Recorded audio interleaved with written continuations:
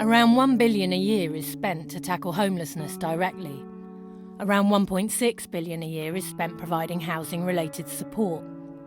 Over 40,000 hostel places are funded for single homeless people, and yet homelessness is reaching crisis proportions. Over 100,000 people approach councils for homeless assistance each year. Rough sleeping has risen by over 60% in the last 2 years. Where will homelessness end? Perhaps the question we should be asking is, where does homelessness begin?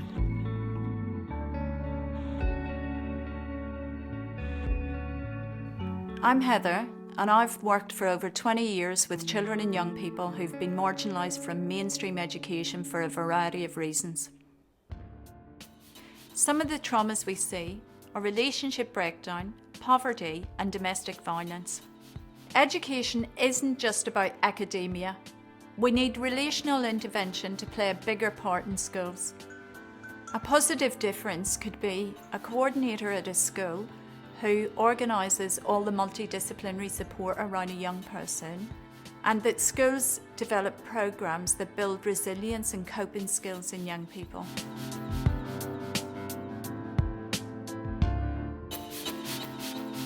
Hi, I'm Dan. I've been living in a hostel now for 1 year and 5 months.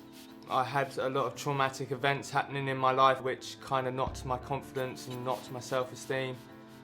The support that I've received, which has really helped, is my hostel that I'm living at, the counselling that I'm currently taking part of. I can talk and express myself fully, what I need to get off my chest. I love the people that live here as well. Okay. We're all like one big family. I feel differently now about my future because I just feel absolutely great. My confidence has kicked in, my self-esteem's kicked in, my positive attitudes come back, my spirits come back, my oomph. Hi, I'm Sharon. This is my son Jack, and we finally got a new home. My dad walked out when I was 7 and my mum really couldn't cope. That helpless feeling never really left. There was always the fear of history repeating itself. And when my bloke left, I just started to fall apart like my mum did. The debts mounted up and I went from stressed to depressed. I really was about to give up the fight when I contacted a housing charity. The help we got from our support worker was a massive relief, having someone fight on my behalf. Looking back, I should have contacted them earlier. That little bit of hope helped fight my depression, made me believe there was a way out.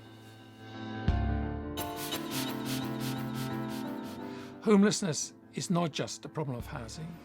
Somewhere between 25 and 85% of people who find themselves homeless in the street have experienced serious trauma in childhood.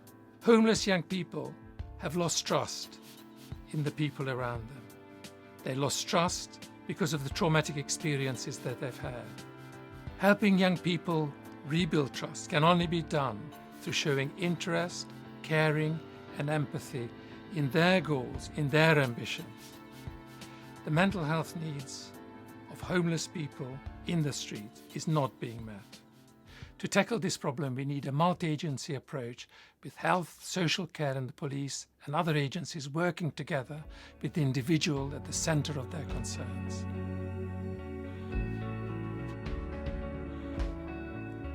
We need to better understand the real solution to homelessness. It isn't just about housing or a job, although these matter. It's also about relationships and resilience. People need therapeutic support. We have to recognise the signs and spot the early indicators of homelessness. There needs to be a focus on early intervention and on prevention. We need to collaborate more across different sectors. The solution doesn't just lie with homeless organisations. It's about different kinds of partnership. Opening new doors.